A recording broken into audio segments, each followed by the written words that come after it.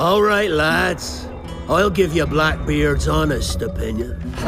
You ask me, can this new captain promise you a life of prizes, plunder, and adventure? Aye. For amongst all the gentlemen of fortune sailing these West Indies, he ranks amongst the most clever. We're in a very beautiful location here in London town with Jean, who is going to tell us, well, a bit of a reveal. What are you announcing today? Can you give us an overview? Well, today is an important day because we're announcing Assassin's Creed 4 Black Flag, so the new iteration of the franchise, the game that will be released in fall 2013. Okay. And give us a bit of background as to what location, what era of history, who are we playing? For the first time in the franchise, actually, we're going back in time, and we will set the game in the golden age of piracy in the West Indies, the Caribbean, basically, at the beginning of the 18th century.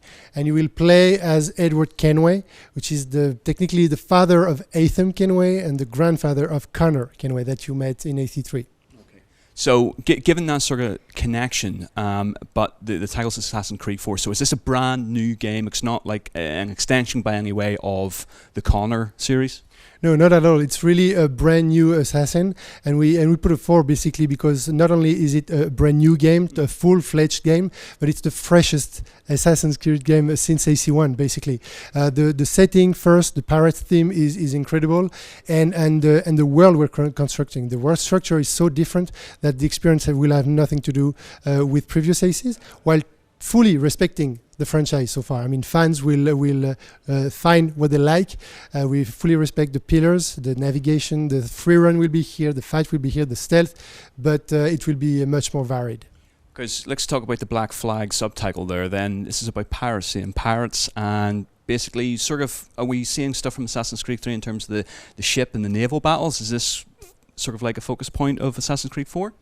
Yeah, actually, the pirates obviously were criminals at sea, right? So the naval will play a really important role, even if it's not just a sea game. It's far from a sea game. We have more than 50 unique locations that basically will provide you with the same surface, ground surface than previous ACs.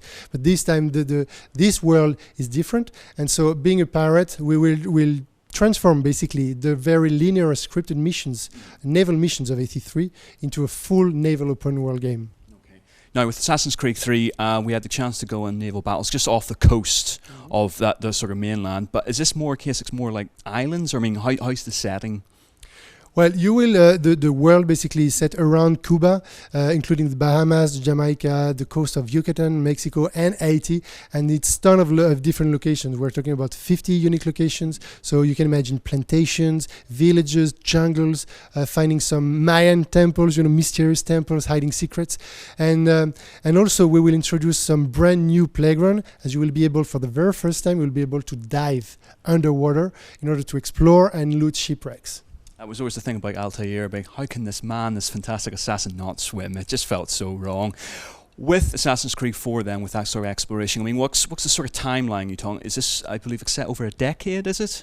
It's around a decade because we're really focusing the story around one really important and interesting event that happened back in the day in that location, which is the Republic of Pirates. What happened is that the most famous pirates of these times, Blackbeard, Benjamin Hornigold, Anne Bonny, Charles Vane, Calico Jack, all these criminals basically band together and try to found a first true democratic society, even before the US. Okay, and is we seeing the Templars and Assassins sort of being tied into this as well?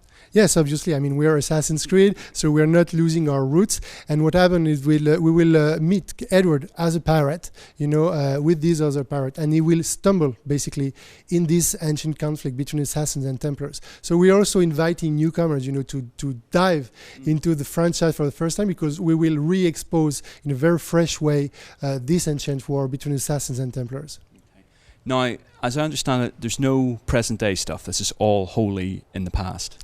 No, we do have a present-day stuff, but again, we want to take a totally new approach and a fresh approach, because as you probably know, in Assassin's Creed 3, we ended basically the Desmond cycle, the narrative arc of Desmond, but we continue the same day, the same present day. I mean, we're what happened. What's really interesting in 2012 that the real world and the fictitious world merge. In December 21st of 2012, our real world and the AC world just merged to become only one. And so what will happen is that we will put the players basically directly into the AC universe. You will be the main present-day hero. Okay, excellent. Now, is Assassin's Creed 4 Black Flag going to be one game, one storyline in itself, so basically they will have a definite end? Well, I can obviously, I can answer that, and you will understand why. I mean, I won't start to announce the game by spoiling the end of it, right? But who knows? Who knows, okay. What studios are working on Assassin's Creed 4? We have the chance to have a lot of talented studios, experienced studios on the brand now. So the game is led by Montreal Studio, but with the strong and big collaboration of Singapore that brought us this expertise on Naval, and also Sofia that just did AC3 Liberation, and some other studios like Quebec, Annecy and Bucharest for the multiplayer part. So a lot of studios are helping us delivering that game. And is there, you guys splitting up the sort of workload between, like you said, sort of single player, multiplayer, or certain sections? I mean, how does that work? How do you guys proportion out work?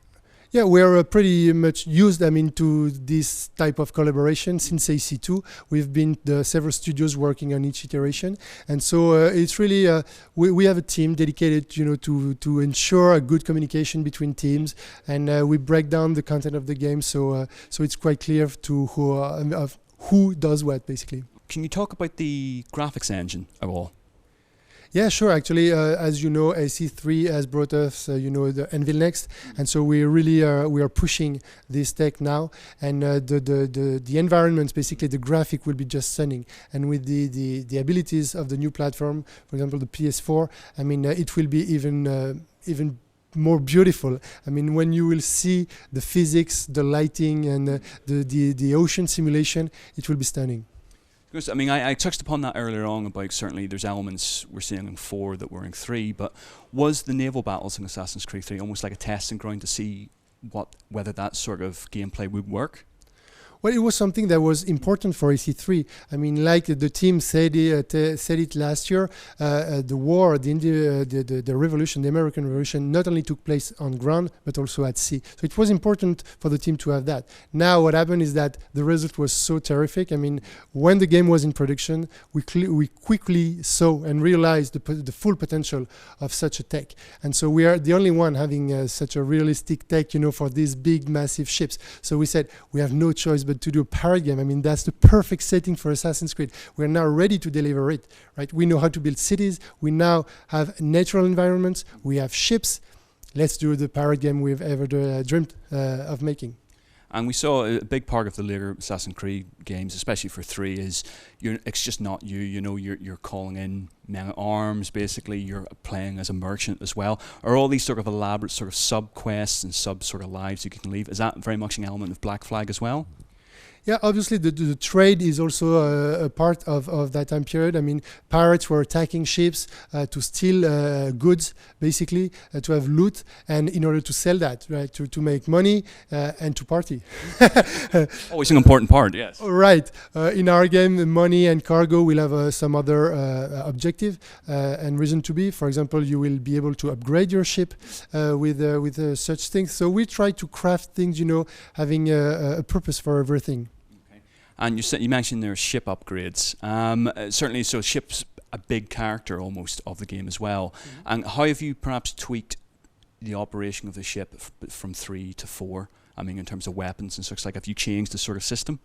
Yeah, we change it. We really want to bring more depth gameplay-wise on both ground, actually, and also water. So what we did, basically, we have new archetypes, new enemies, new types of ships that have different behaviors that will require the player to adapt.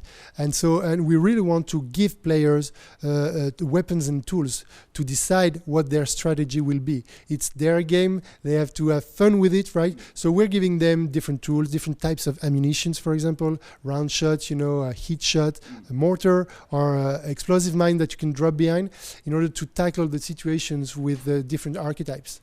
And what are the sort of weapons you will be using yourself? Are we seeing the dual blades return, swords, pistols? What we got? Well, Edward is mainly equipped with 2 swords, with the hidden blades, obviously, because he's trained by assassins, and is also able to carry up to 4 guns. You know, because as you know, guns at that time were just only able to shoot 1 bullet at a time. So what pirates were doing was to carry as many guns as they could. And in our case, Edward will be able to carry up to 4 guns. Okay, pirates as an era, as a personality type, we've seen different iterations of them in Hollywood and any types of fiction. How are you guys approaching that era for Assassin's Creed? Well, in Assassin's Creed, we always try to deal with history with real accuracy. You know, we are not a fantasy. We want to tell the true reality behind the pirate fantasy. Actually, most of people, what people know about piracy these days is mostly fantasy, and we will tell them the true story of these pirates. Okay. And what formats is this coming out for? What format you mean? What platforms? What platforms? Yeah. What platforms? Well, the game will be released in any available platforms at that time, right? So it's always a Ubisoft policy to be ready for all platforms. Okay. And what's the sort of release date, sort of ballpark figure?